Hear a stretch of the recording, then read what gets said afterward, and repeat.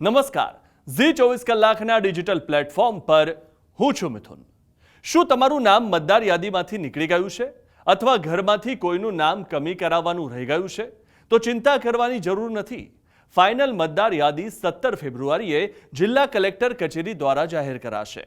Final યાદી રજૂ થયા બાદ જે મતદારોને પોતાનું નામ યાદીમાં જોડાવવું હોય તેઓએ નામ જોડાવા માટે ફોર્મ 6, નામ કમી કરાવવા માટે ફોર્મ 7 અને નામ ટ્રાન્સફર કરાવવા માટે ફોર્મ 8 ભરીને મતદાર યાદીમાં સુધારો કરાવી શકો છો।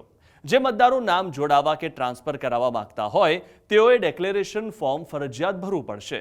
ત્યારબાદ જ તેઓના નામનો સમાવેશ કરાશે। મતદારોએ પુરાવા તરીકે જન્મનો દાખલો અને બીજો સરનામાનો એક પુરાવો પણ આપવો પડશે। હવે સૌથી મહત્વની વાત કે ફાઇનલ યાદી જાહેર થયા બાદ પણ મતદારો વર્ષમાં 4 વખત પોતાનું નામ યાદીમાં જોડાવી શકશે। તો મિત્રો, જો તમારે પણ મતદાર યાદીમાં નામ જોડાવાનું બાકી હોય તો આજે જ આ કામ પૂર્ણ કરી લેજો।